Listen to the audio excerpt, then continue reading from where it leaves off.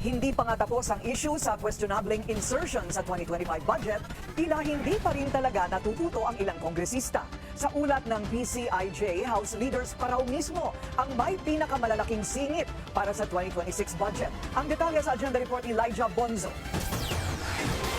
Ilang buwan na ang nakalipas matapos magkaroon ng palit-liderato sa Kongreso, bunsod ng sunod-sunod na pagputok ng issue na may ugnay sa flood control scandal. Pero sa House of Representatives, napalitan man ang mga pangalan, parehas na mga posisyon pa rin ang nakatanggap ng pinakamalalaking insertions sa 2026 DPWH budget, ayon sa huling ulat ng Philippine Center for Investigative Journalism o PCIJ.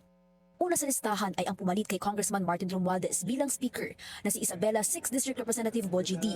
Ang distrito ni D ang nakatanggap ng pinakamalaking insertion mula kasi sa isinumiting proposal ng DPWH, tinatayang 1.1 billion pesos lang ang allocated. Pero tumripli ito sa 3.1 billion pesos sa House proposal matapos magkaroon ng halos 2.7 billion peso insertion.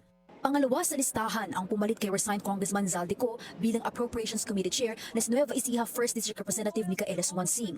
Sa initial proposal ng DPWH, 1.6 billion pesos lang ang allocated sa distrito ni Swansing. Pero dumoble ito sa 3.4 billion pesos pagkatapos ng House Budget Deliberation, kung saan nagkaroon siya ng tinatayang 1.77 billion peso insertion. Sumunod sa ikatlong pwesto ang kapatid ni Swansing na si Sultan Kudarat 2nd District Representative Bella Swansing na nakatanggap ng 3.9 billion peso allocation matapos ng tinatayang 1.6 billion peso insertion. Sa kabila naman ng resignation bilang speaker at pagkakadawit sa mga nakatanggap umano ng bilyong-bilyong kickbacks, ang presidential cousin na si Romualdez ang isa raw sa mga nakatanggap ng malaking bulto ng 500 billion peso allocable at non-allocable funds ng DPWH. Nakatanggap ang distrito niya ng 6 billion pesos, mas mababa sa originally proposed na 9.9 billion pesos.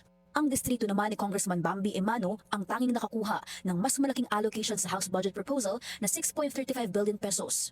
Sinisikap pa ng Billionaire News Channel na kunin ang panig ng mga nabanggit na kongresista pero hindi pa sila tumutugon sa aming mga mensahe. Marami ng good governance advocates sa bansa ang nanawagan na dapat na ayon sa populasyon at poverty rate ng isang lugar ang sistema ng pag-allocate ng infrastructure budget sa bansa. At ayon sa report ng PCIJ, hindi ang distrito ni Romualdez at Emano ang masasabing pinakakapos at may malaking populasyon sa buong bansa.